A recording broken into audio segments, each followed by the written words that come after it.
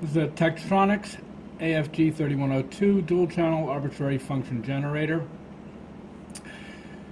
When you power up, it goes through a self-test and which has passed with no issues every time I've turned it on.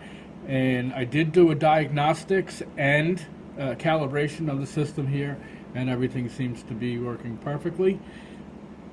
If you'll notice now, we have channel 1. We have an amplitude set to 2 volts peak to peak and a frequency of 1 megahertz. And if you look here on the scope, which is not included,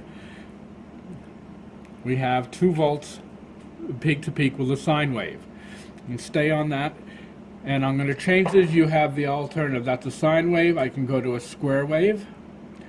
Give it a chance to settle. And so now we have a 2 volt peak to peak square wave. A ramping wave. And a pulse. There also has the ability to do arbitrary waves that you've stored in memory. This doesn't have any in there, but it does have an arbitrary and many other functions that you'll be able to use once you get it in place with a real load. So right now, as you can see, that was channel 1. I'm going to go back to a sine wave. You can turn your outputs on or off here.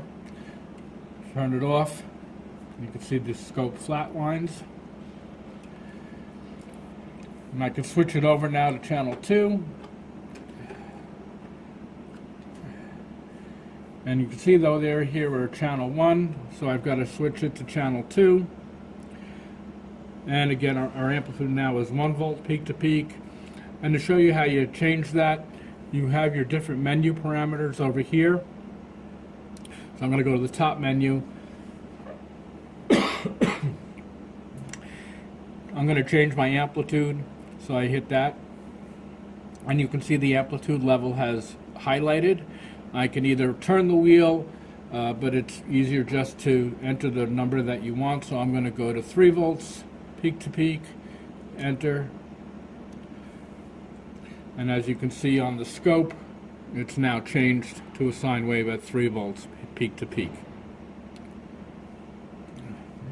There are offsets. You can set high levels and low levels for safety concerns. As you can see down here, it says 1 of 2. So if you wanted to, there's more menus here. You can change the units. Back to the top menu, I can change the frequency. Again, you can change the dial.